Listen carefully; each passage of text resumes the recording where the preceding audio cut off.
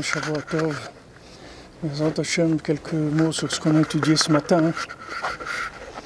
Rabbeinu rapporte Rabbi Yossé dans la Gemara qui dit que les êtres humains, ils voient et ils ne savent pas ce qu'ils voient. Il dit c'est dommage parce que les gens voient et ils ne savent pas ce qu'ils voient.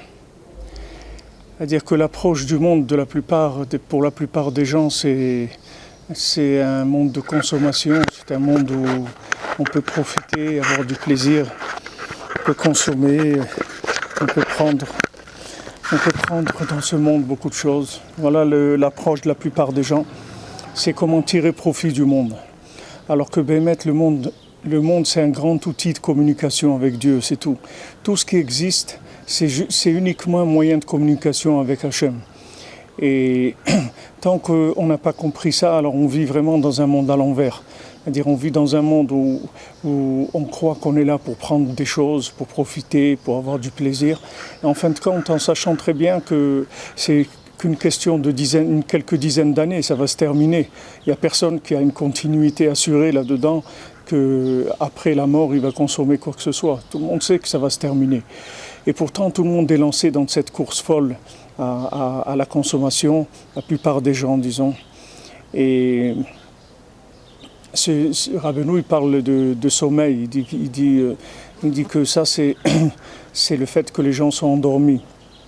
Alors c'est sûr que Esav, qui est le consommateur même, le consommateur né, lui, il essaye de maintenir les gens dans ce sommeil, dans ce coma même, en faisant des injections en permanence de sommeil, en poussant la communication, à la consommation, avec tous les moyens de communication, les médias, la publicité, la musique, la mode, tout ça, ce sont des moyens d'entretenir les gens dans le sommeil total.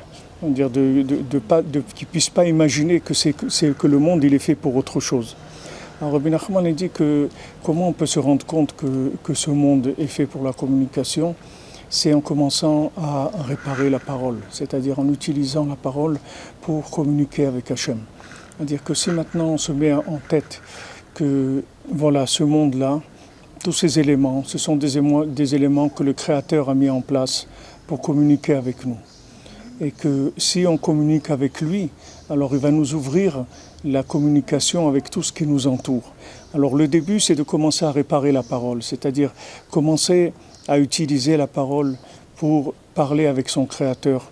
Et pour pouvoir parler avec son Créateur, il faut savoir que le Créateur nous a mis sur terre parce qu'il nous aime. C'est pas parce qu'il veut nous faire du mal ou il veut nous faire passer quelques années de plaisir et après nous mettre dans une tombe. Hachem, il nous a mis dans ce monde parce qu'il nous aime vraiment.